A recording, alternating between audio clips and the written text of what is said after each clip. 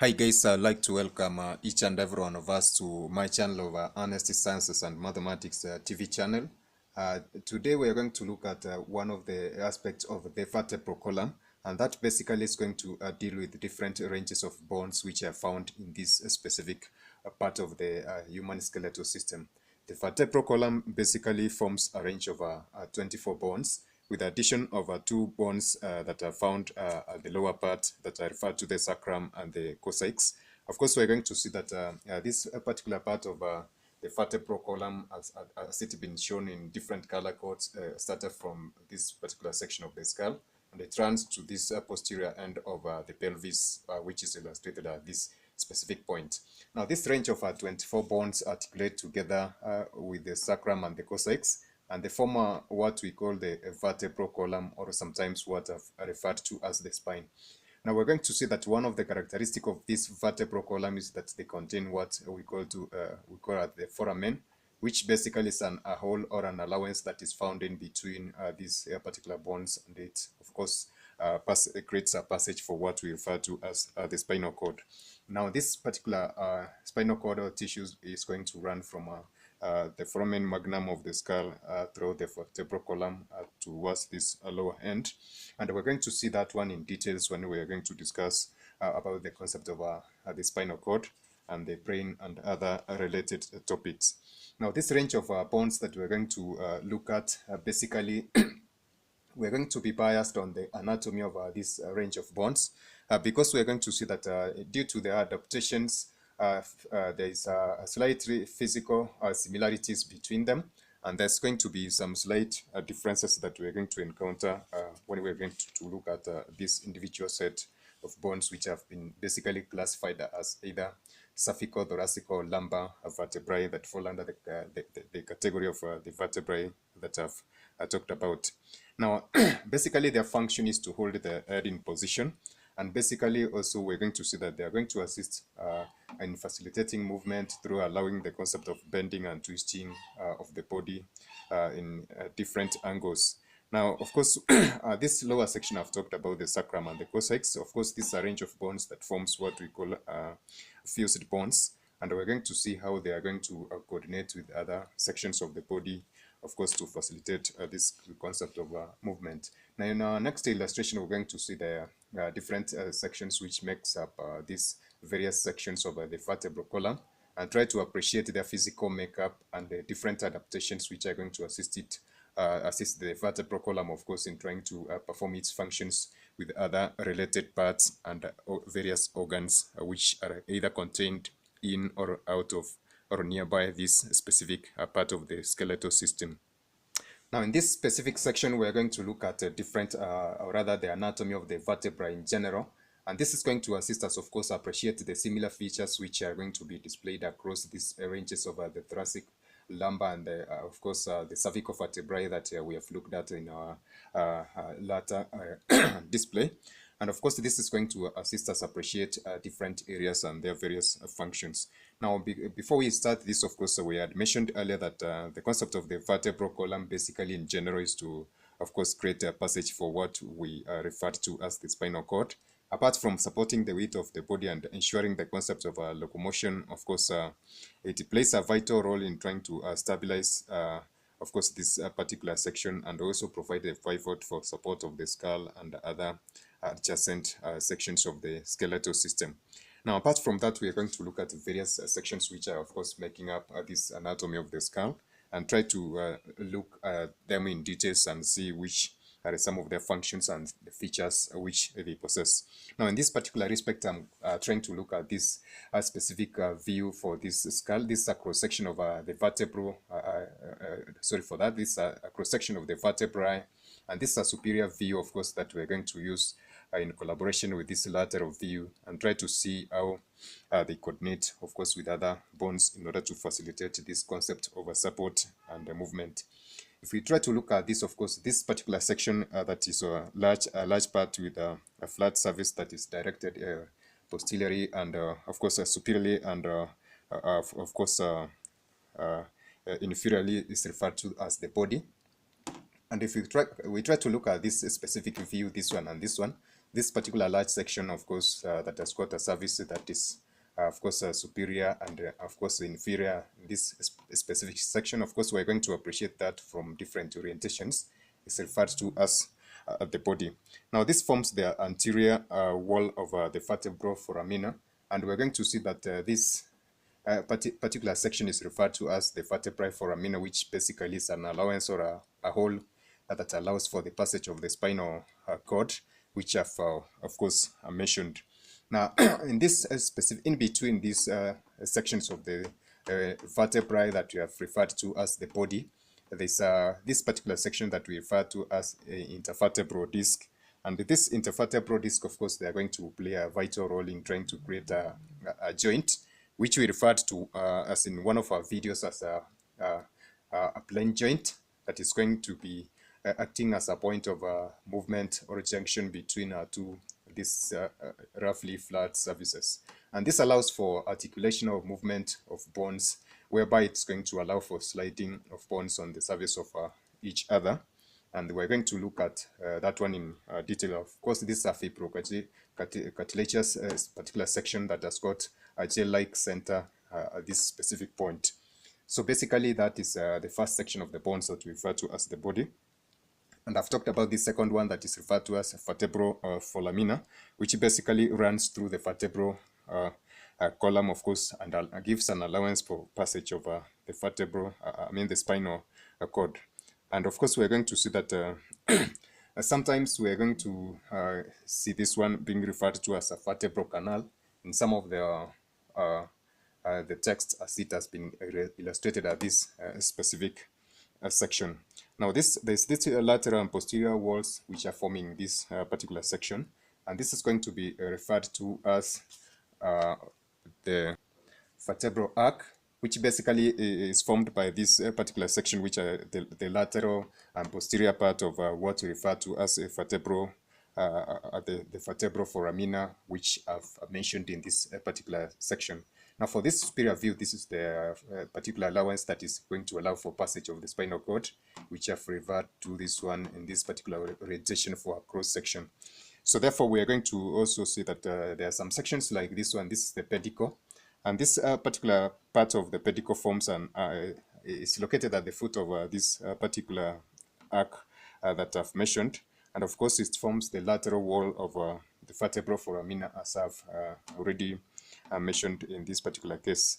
Now, this particular part that I've mentioned, which is actually that is posterior to the wall of the vertebral foramina, is referred to basically the lamina. So therefore, this particular section, of course, this is posterior to the vertebral foramina wall that is located at this particular section, of course.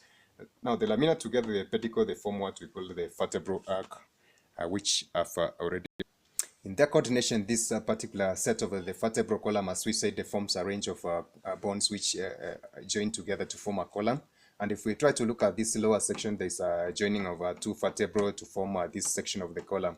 Now, there's this particular section that we refer to as notches, which basically at this particular point we can see it being referred to as an inferior intervertebral notch of the superior vertebra, and this is going to form what we call an allowance or the foramina for passage of those nerves which are of course originating from the spinal cord.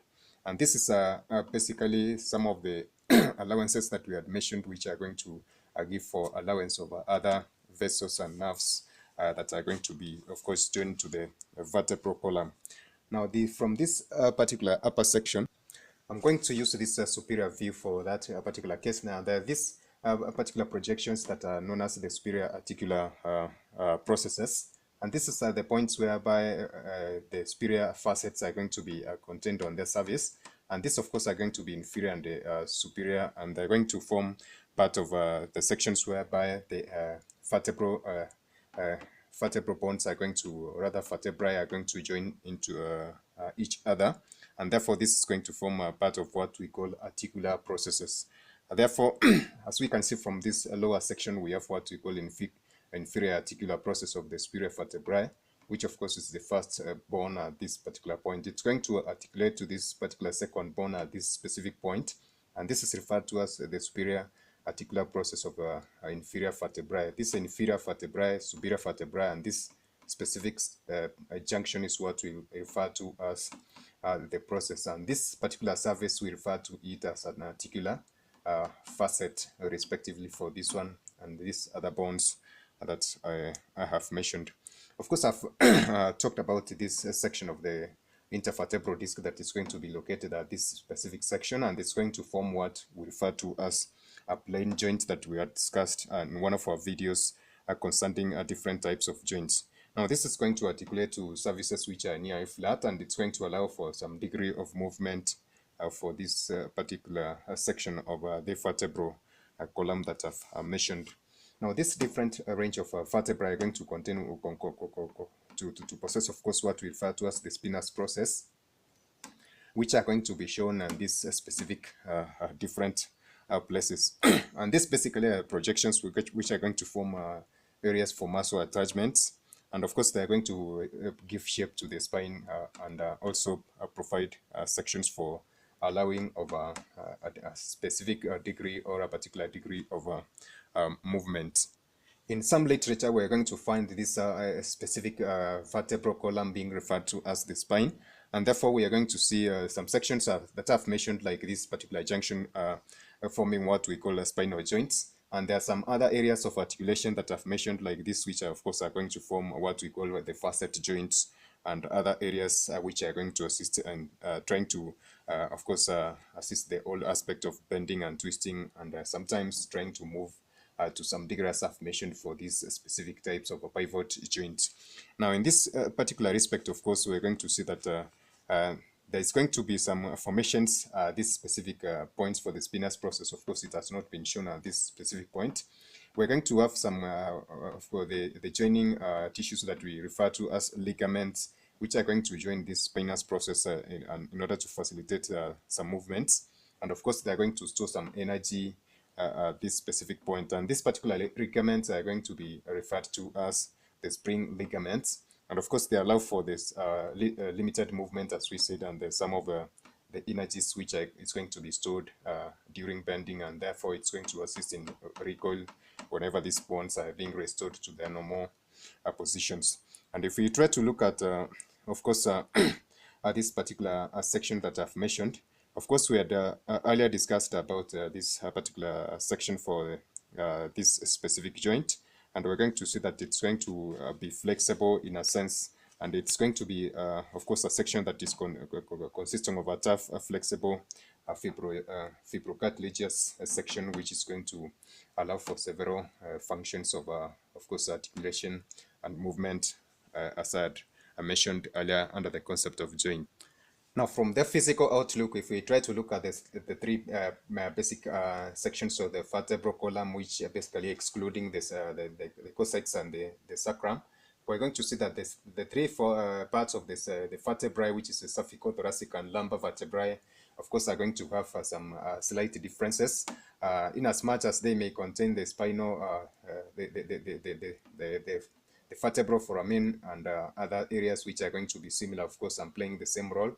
Physically, they are going to consist of different sections which are going to show some slight variations. And of course, these are adaptive features which are going to assist them perform their various roles concerning their different parts of, or rather their location in different parts of the body. So if we try to compare the spinous process for the cervical, thoracic, and lumbar vertebrae, we can see that it's more pronounced in the thoracic vertebrae if at all we are going to consider it with the cervical and the lumbar vertebrae. Now, if we try to look at this, of course, it's roughly shorter, but this one is broader and somehow pronounced, but shorter than the thoracic vertebrae. And these are the different ranges of features that we're going to see being displayed along this range of the vertebral bones. Now, if we try to look at the cervical vertebrae, it consists of this transverse foramen, which of course we cannot be able to, of course, locate in these two sets for the thoracic and lumbar vertebrae. And of course, for the articular surfaces, we can see that it's going to have a specific range of location for these articular facets. And of course, if you try to consider their body as well, it's going to show some slight differences across this range of the vertebral bones for the cervical, thoracic, and lumbar vertebrae respectively. Now, I hope these various features that are being, of course, distinct, like this spinous process, are going to be easier for us to identify in case we come across each of the bonds that I've shown for this. Of course, we can see that this one is somehow shorter and this one is broader, while this one is somehow pronounced and long.